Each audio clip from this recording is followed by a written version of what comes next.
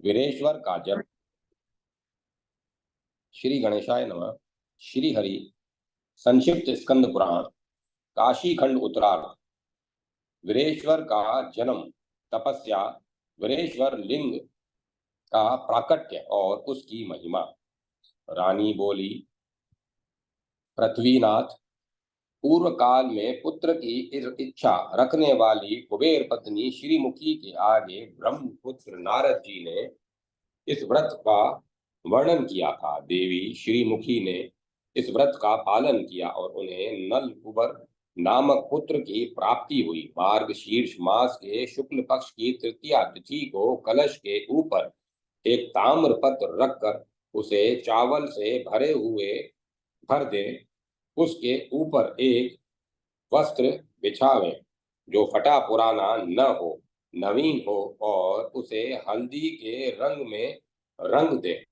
उस वस्त्र के ऊपर सूर्य की किरणों से विकसित हुए सुंदर कमल पुष्प को रखकर उसकी कर्णिका पर स्वर्ण निर्मित ब्रह्माणी ब्रह्माणी जी की प्रतिमा की स्थापना करके रत्न और रेशमी वस्त्र आदि के द्वारा उसकी भक्ति पूर्वक पूजा करें। पूजा में नाना प्रकार के सुंदर पुष्प, नारंगी आदि फल, चंदन आदि सुगंधित पदार्थ, कपूर, कस्तूरी, उत्तम अन्न आदि के नैवेद्य, अनेक प्रकार के पकवान और तथा अगर आदि धूप, इन सब वस्तुओं का यथावत उपयोग करना चाहिए। फूलों से सजाए हुए सुंदर मंडप में बैठकर निद्रा रहित और उत्तम उत्सव मनाते हुए निद्रा रहित हो उत्तम उत्सव मनाते हुए रात्रि को जागरण करें। मंत्रवेता द्विज एक हाथ से कुंड में अग्नि की स्थापना करके जाते वेद से इत्यादि ऋचा द्वारा घृत और मधु आदि में डुबाए हुए स्वतः विकसित 1 सहस्त्र कमल पुष्पों की आहुति दे। तत्पश्चात नई ब्याही हुई सीधी सादी सुलक्षणा कपिला गाय आचार्य को दान करे। पति पत्नी नूतन वस्त्र और आभूषणों से विभूषित हो भक्ति पूर्वक उपवास करके दूसरे दिन चतुर्थी का प्रातः काल स्नान करें। अनंतर आचार्य की आदर पूर्वक पूजा करें। उन्हें प्रसन्नता पूर्वक वस्त्र, आभूषण, माला एवं दक्षिणा दे। फिर निम्नांकित मंत्र का उच्चारण करके सब सामग्रियों सहित स्वर्ण प्रतिमा आचार्य को निवेदन करें। संपूर्ण विश्व के विधान को जानने तथा नाना प्रकार की सृष्टि करने वाली देवी ब्राह्मणी, आपको नमस्कार है। इस शुभ व्रत के अनुष्ठान से प्रसन्न होकर आप मुझे वंश चलाने वाला पुत्र दीजिए।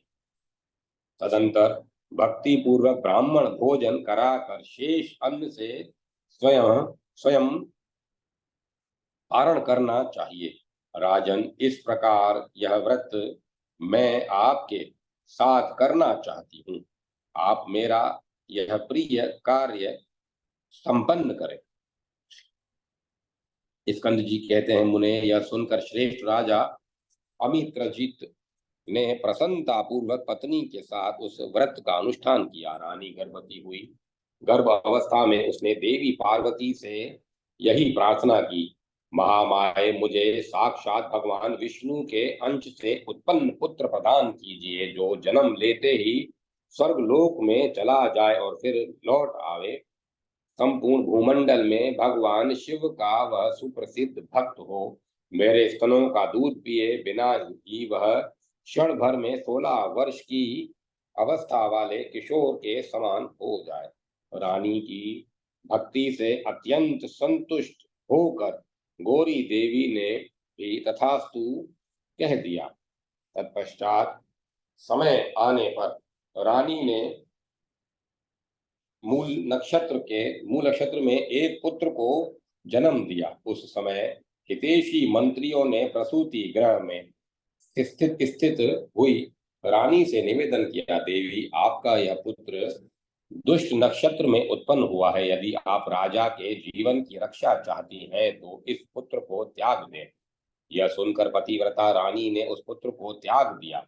उन्होंने दाई दाई को बुलाकर कहा, दाई दाई, पंचमुद्र नामक महापीठ में विकटा नाम वाली एक मातृका रहती है। उनके आगे यह इस बालक को रखकर तू इस प्रकार कहना, देवी, इस पुत्र को पार्वती देवी ने दिया है। अब इसे मैं आपकी सेवा में सौंपती हूँ। पति के हित की इच्छा रखने वाली महारानी ने यह बालक आपको समर्पित किया है। रानी की इस आज्ञा के अनुसार धाय उस सुंदर बालक को विकटा देवी के आगे रखकर अपने घर लौट आई। तब विकटा देवी ने योगिनियों को बुलाकर कहा, इस बालक को तुम मातृका गण के आगे ले जाओ और उनकी जैसी आज्ञा हो वह करो। उनकी इसकी यत्न पूर्वक रक्षा करना। विकटा के कहने से आकाशगामिनी योगिनियों ने उस बालक को क्षण भर में वहां पहुंचा दिया जहां ब्राह्मी आदि मातृकाएं विद्यमान हैं। ब्राह्मणी, वैष्णवी, रुद्री, वराही, नारसिंही, कौमारी, महेंद्री, चामुंडा और चंडिका, इन 9 मातृकाओं ने विकटा के भेजे हुए उस सुंदर बालक को देखकर उससे एक साथ पूछा, बेटा, तेरे पिता और माता कौन है? तब वह कुछ न बोल सका। तब मातृका गण ने योगिनियों से कहा, में दिखा है यह बालक राजा होने के योग्य है। अतः योगिनियों, तुम इसे पुनः इसी पीठ में उसी पीठ में ले जाओ जहां महादेवी पंचमुद्रा विकटा रहती हैं। उस पीठ की सेवा और विश्वनाथ की कृपा से 16 वर्ष की सी आकृति वाले इस बालक को उत्तम सिद्धि प्राप्त होगी। इस प्रकार मातृका गणों का आशीर्वाद मिलने पर योगिनियों ने पुनः क्षण भर में उस बालक को उसी पंच मुद्रांकित पीठ में पहुंचा दिया। स्वर्गलोक में इस लोक स्वर्गलोक से इस लोक में आया हुआ वह बालक काशी में बड़ी भारी दिव्य तपस्या करने लगा। उसकी तीव्र तपस्या से प्रसन्न हो भगवान शिव लिंग रूप में उसके आगे प्रकट हुए और बोले, राजकुमार, तुम वर मांगो और मैं तुमसे बहुत संतुष्ट हूँ। अत्यंत कृपा पूर्वक 7 पाताल फोड़कर अपने आगे स्थित हुए ज्योतिर्मय लिंग को देखकर बालक ने दंड के समान पृथ्वी पर गिरकर प्रणाम किया और रुद्र देवता संबंधी सूक्तों से उनकी स्तुति करके बोला, महादेव, आप सांसारिक ताप हरने वाले हैं। कृपया सदा इस शिवलिंग में स्थित रहें और अपने भक्तों का मनोरथ पूर्ण किया करें। जो लोग यहाँ आकर आपका दर्शन, स्पर्श और नमस्कार करें, उन्हें आप परम उत्तम सिद्धि प्रदान करते रहें। इस प्रकार उसके आगे इस प्रकार उसके मांगे हुए वर को सुनकर भगवान शिव ने कहा, वीर, तुमने जो कुछ मांगा है वह सब कुछ पूर्ण हो। विष्णु भक्त राजा अमित्र जी तुम्हारे पिता हैं। तुम उन्हीं से उत्पन्न हुए हो और साक्षात भगवान विष्णु के अंश हो। हे वीर, यह शिवलिंग तुम्हारे ही नाम पर वीरेश्वर कहलाएगा। यह काशी में अपने भक्तों का मनोरथ सिद्ध करेगा। वीर, आज से मैं सदा इस लिंग में स्थित रहूंगा और शरणागतों को परम उत्तम सिद्धि दूंगा। कलयुग में प्राय कोई भी मेरी महिमा को नहीं जानेगा। जो भाग्य से जानेगा वह उत्तम सिद्धि को प्राप्त होगा। यहाँ किया हुआ जप, होम, दान, पूजन एवं जीर्णोद्धार आदि पुण्य कार्य अक्षय फल का साधक होगा। तुम सब राजाओं के लिए दुर्लभ श्रेष्ठ राज्य प्राप्त करके अंत में सिद्धि पाओगे। वीर, वीरेश्वर तीर्थ में स्नान और वीरेश्वर की पूजा करके मनुष्य सब तीर्थों में स्नान करने का फल पा लेगा।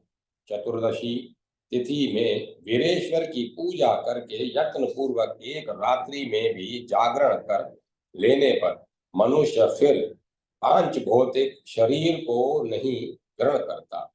जो वीरेश्वर के समीप एक महारुद्रीय का जप करके अथवा जप करे अथवा करवाएगा, उसे कोटि रुद्रीय का फल प्राप्त होगा। वीरेश्वर के निकट व्रती मनुष्य को व्रत और उद्यापन आदि करते हैं। वीरेश्वर के निकटवर्ती मनुष्य जो व्रत और उद्यापन आदि करते हैं, उनका यह पूर्ण पुण्य कर्म कोटि गुना हो जाता है। जिसने भगवान वीरेश्वर के सम्मुख 8 बार नमस्कार किया कर लिए, उसे 8 करोड़ नमस्कार का फल मिलता है। वीर, यह वीरेश्वर लिंग मेरे वरदान से सब प्रकार की संपत्तियों का स्थान होगा। वीरेश्वर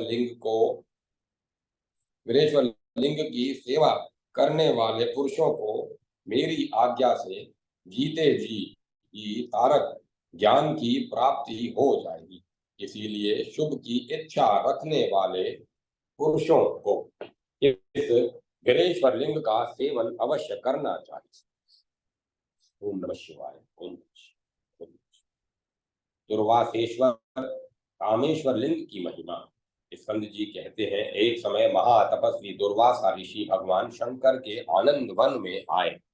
यहाँ अनेक प्रकार के मंदिरों से सुशोभित भगवान शंकर का क्रीड़ा स्थान, बहुत से कुंड और पोखरे देखकर उन्हें बड़ी प्रसन्नता हुई। बहुत से श्रेष्ठ शिव भक्त सब अंगों में विभूति लगाए, मस्तक पर जटा को बढ़ाए, कोपिन मात्र पहने महादेव जी के ध्यान में तत्पर थे। उनका दर्शन करके दुर्वासा मुनि को बड़ा हर्ष हुआ। कहीं कहीं अपसंग अपरिग्रह काल में भी भय न रखने वाले और विश्वनाथ के शरणागत त्रिदंडी सन्यासी दिखाई देते थे। उन सबके दर्शन से दुर्वासा जी बड़े आनंदित हुए और मन ही मन कहने लगे, यह परम कल्याण का स्थान है। ऐसा स्थान स्वर्ग लोक में भी कहाँ है। यह काशी तो पशु पक्षियों में भी परमानंद को बढ़ाने वाली है। यह विश्वनाथपुरी मेरे चित्त को जिस प्रकार आकृष्ट कर रही है, वैसा आकर्षण न तो संपूर्ण भूमंडल में है, न स्वर्ग लोक में है और न पाताल में ही है। इस प्रकार इस पुरी की प्रशंसा करके दुर्वासा जी की चित्तवृत्ति शांत हुई। फिर वे वहां दीर्घ काल तक बड़ी तपस्या में लगे रहे, परंतु जब उसका कोई फल नहीं दिखाई दिया, तब उनके क्रोध की सीमा न रही। वे कहने लगे, मुझको धिक्कार है, मेरे कठोर तप को भी धिक्कार है और सबको ठगने वाले इस शिव क्षेत्र को भी धिक्कार है। अब मैं ऐसा करूं जिससे यहाँ किसी की मुक्ति न हो। ऐसा विचार कर जब वे काशी को शाप देने के लिए उद्यत हुए, तब भगवान शिव जोर जोर से हंसने लगे। तत्काल ही वहीं एक शिवलिंग प्रकट हो गया, जो प्रहस्तीश्वर नाम से विख्यात हुआ। उससे साक्षात भगवान शंकर दुर्वासा के शाप से शरीर की रक्षा करने के लिए प्रकट हुए और इस प्रकार बोले, महाक्रोधी तापस, मैं प्रसन्न हूँ, वर मांगो।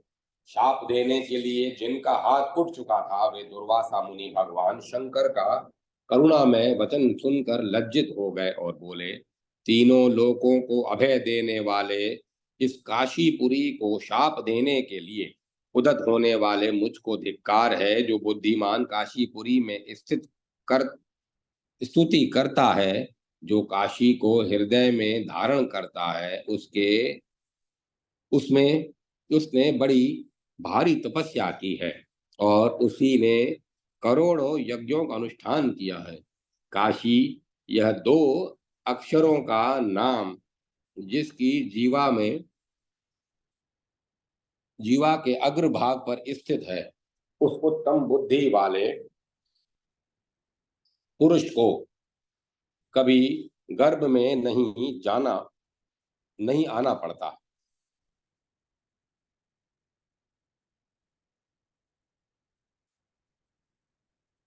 जो काशी इस दो अक्षर के मंत्र का प्रतिदिन प्रातः काल जप करता है, वह इहलोक और परलोक दोनों को जीत कर लोकातीत पद को प्राप्त होता है। भगवान शिव बोले, अनसुईया नंदन, इस समय काशी की स्तुति में के पुण्य से तुम्हें जैसा उत्तम ज्ञान प्राप्त हुआ है, वैसा पहले तपस्या से भी नहीं प्राप्त हुआ नहीं प्राप्त हुआ था।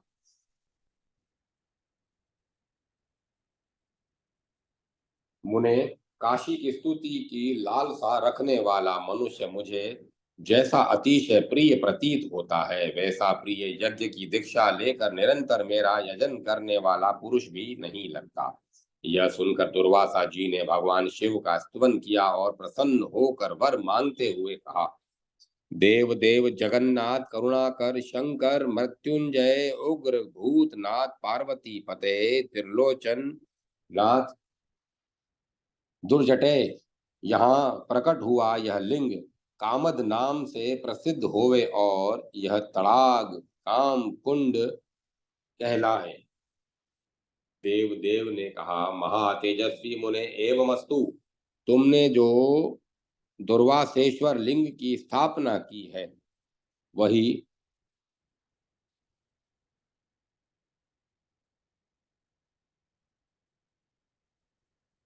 वही मनुष्यों की कामना पूर्ण करने के कारण कामेश्वर नाम से विख्यात होगा।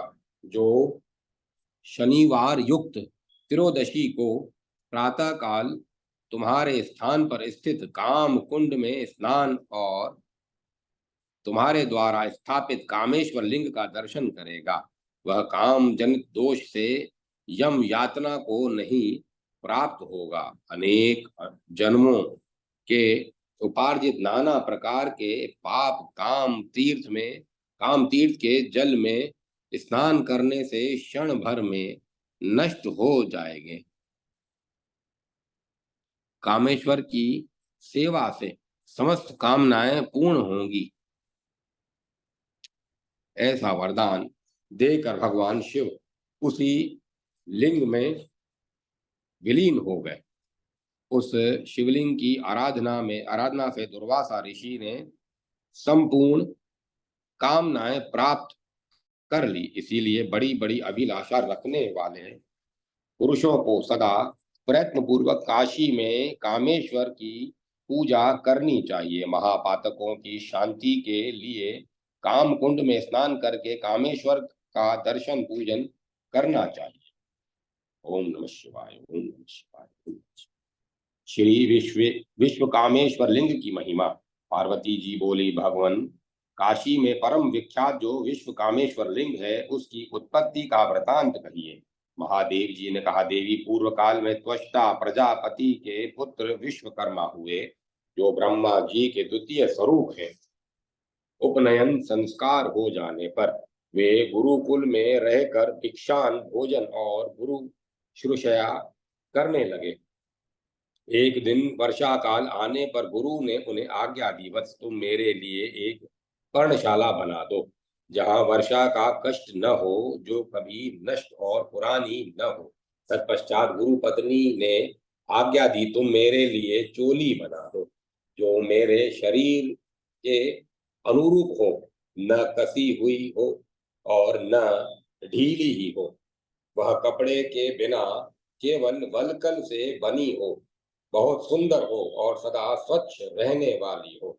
इसके बाद गुरु के पुत्र ने आदेश दिया, मेरे लिए दो कड़ाऊ तैयार करो, जिन पर चढ़कर मेरे पैरों को कभी कीचड़ का स्पर्श न हो, उनमें चमड़े आदि का बंधन न लगा हो, जो दौड़ते समय भी मुझे आराम देने वाली हो, और जिनके द्वारा मैं स्थल भूमि की भांति जल के ऊपर भी अच्छी तरह चल सकूं। अंत में गुरु पुत्री बोली, मेरे लिए अपने ही हाथ से 2 सोने के कर्णफूल बना दो, साथ ही लड़कियों के खेलने योग्य खिलौने भी दो, जो हाथी दांत के बने हुए और तुम्हारे ही हाथ से तैयार किए गए हों।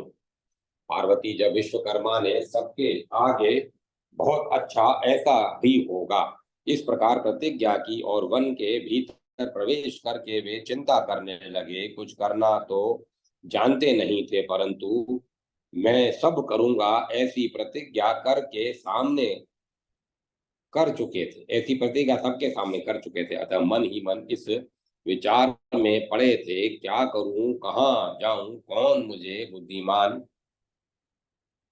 की सहायता कौन मुझे बुद्धि की भी सहायता देगा। मैं किसकी शरण में जाऊं, जो मूढ़ मानव गुरु पत्नी और गुरु पुत्र की आज्ञा स्वीकार करके उसे पूर्ण नहीं करता, वह नरकगामी होता है। ब्रह्मचारियों का प्रधान धर्म गुरु शिष्या ही है।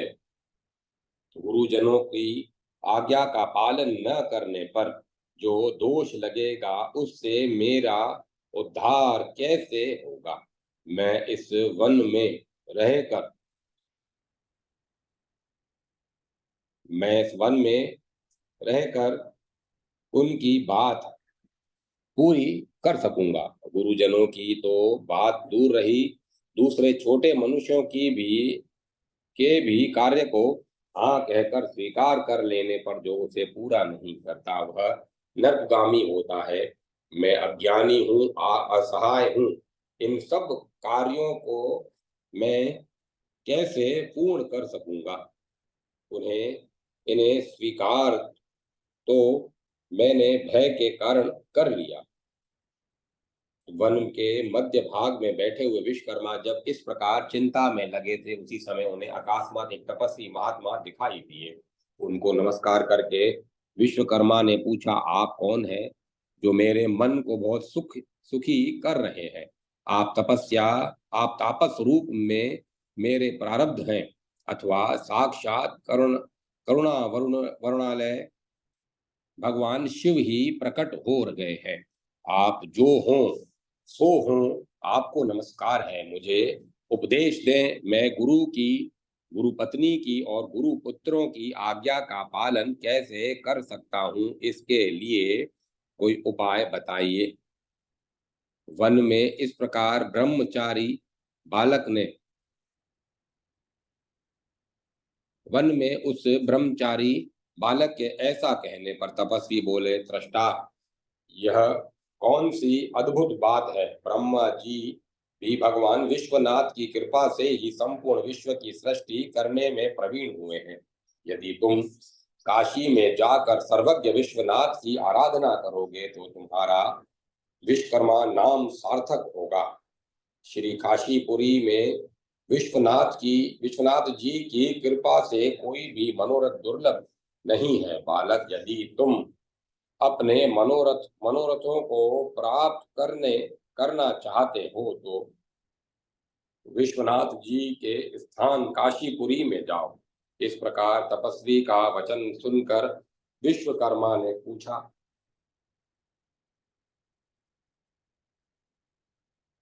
महात्मन, भगवान शिव का वह आनंद वन काशी कहाँ है। तपस्वी बोले, मैं भी वहां जाने की इच्छा रखता हूँ, मेरे साथ चलो, मैं तुम्हें पहुंचा देता हूँ।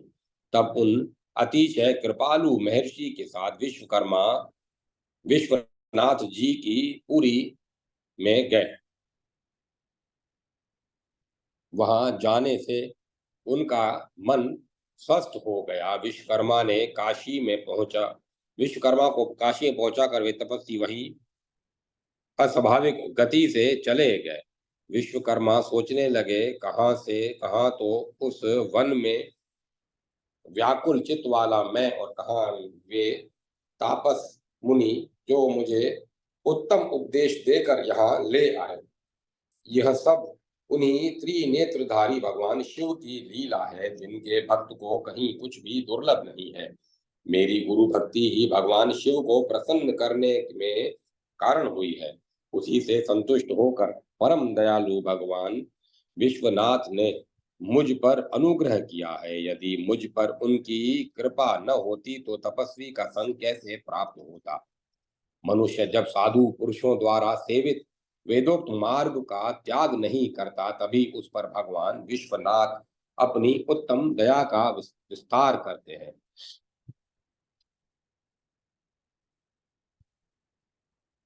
इस प्रकार अपने ऊपर भगवान विश्वेश्वर की कृपा का समर्थन करके विश्वकर्मा ने पवित्र भाव से एक शिवलिंग को स्थापित किया और स्वस्थ चित्त होकर भगवान विश्वनाथ की आराधना की। वे वन से ऋतु के अनुकूल बहुत से पुष्प लाकर स्नान करके नित्य भगवान शिव की पूजा करते तथा कंद मूल और फल से जीविका चलाते थे। इस प्रकार शिवलिंग की आराधना में मन लगाए हुए विश्वकर्मा ने जब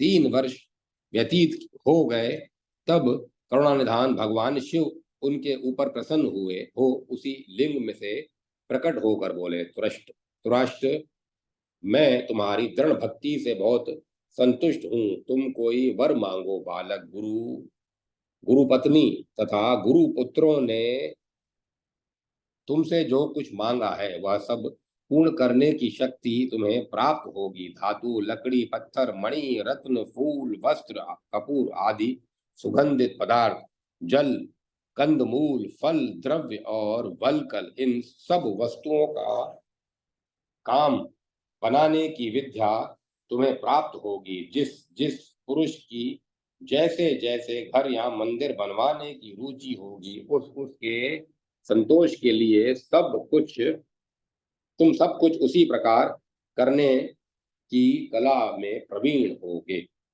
सब प्रकार के श्रृंगार और आभूषणों की रचना, सब प्रकार की रसोई के संस्कार, सभी तरह के शिल्प कर्म, नृत्य, गीत और वाद संबंधी सब वस्तुओं को बनाने की विधि तुम्हें ज्ञात होगी।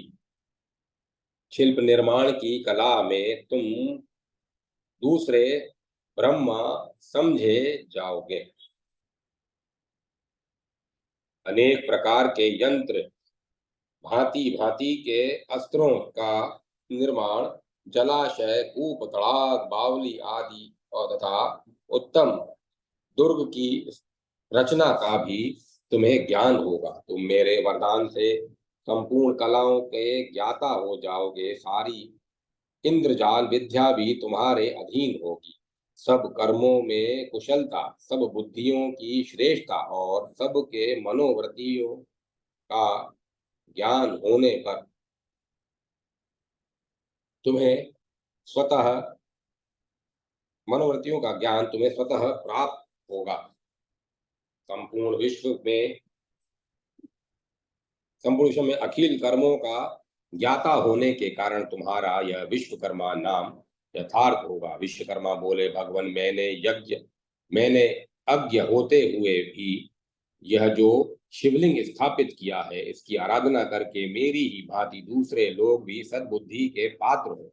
महादेव जी ने कहा, एवं अस्तु, तुम्हारे द्वारा स्थापित लिंग की आराधना करने वाले सब लोग सद्बुद्धि के पात्र हों और सभी युक्ति की दीक्षा के अधिकारी बने। तात ब्रह्मा जी के वरदान से जब दिवोदास यहाँ के राजा होंगे, तब तुम मेरे आदेश से मेरा मंदिर निर्माण करोगे। विश्वकर्मन, तब बहुत से तब तुम मेरे आदेश से मेरा मंदिर निर्माण करोगे।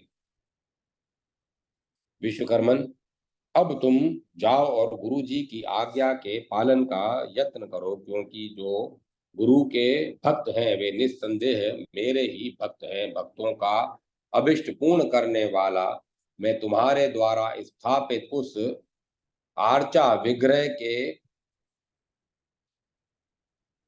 आर्चा विग्रह में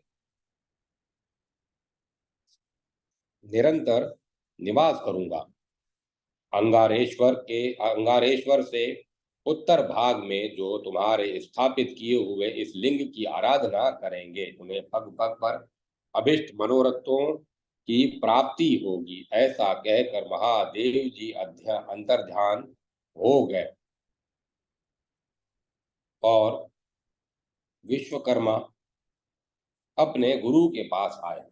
गुरु की अभिलाषा पूर्ण करके वे अपने घर चले गए। घर पर भी अपने सत्कर्म से उन्होंने माता पिता को संतुष्ट किया और सदा उनकी आज्ञा का पालन किया। तत्पश्चात वे काशी चले आए और अपने द्वारा स्थापित शिवलिंग की आराधना में संलग्न हो गए। श्री महादेव जी कहते, पार्वती, तुमने काशीपुरी में मुक्ति देने की शक्ति रखने वाले जिन शिवलिंगों का परिचय पूछा है, उन सब का वर्णन मैंने किया।